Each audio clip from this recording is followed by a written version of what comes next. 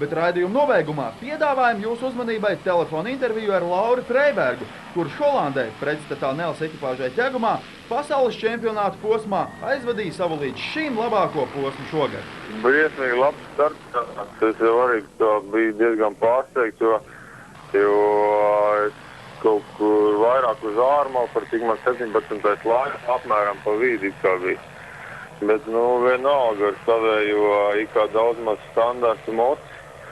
Principā apdzīt visus tos rūpnīcas braucējus, ikā nav jokļiet, bet neko izdevās un pirmos apļus varbūt vajadzēja provēt vēl vairāk, vēl ātrāk pabraukt, bet vienkārši tie ir jau stiprāk arī, tas arī jāapzinās ir. Un neko, es jau diezgan ilgi noturējos kaut kāds 6, 7 vai kaut kā tur tā bija, to es neatceros. Bet tā 5. aplī mazliet nokrit, bet tā diezgan ātri piecēlos, kaut kāds 10 sekundes zaudēju. Un par to laiku jau 2 sportisti apzina.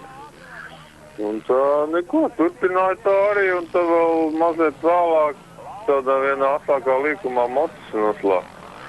Un tā kamēr piekur bulēja arī, tad neatceros, vai kāds apzina vai neapzina, bet laiki zaudēja vienalga. Un tad es biju kaut kāds arī 11, 15, 16, man liekas. Un tad 2 sportistus, man liekas, apzina. Un tā vēl pašā pēdējā aplī 2 bija izstājušies. Kaut kas, nezinu, mocīm vai bija krituši, un tad sanāca vēl 5 augstāk, un tad man 12. Tā kā, šogad ir labākais rezultāts.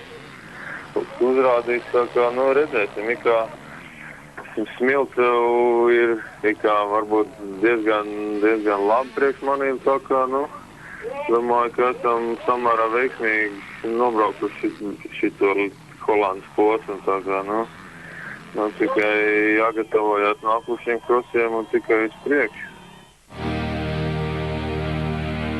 Motorēvija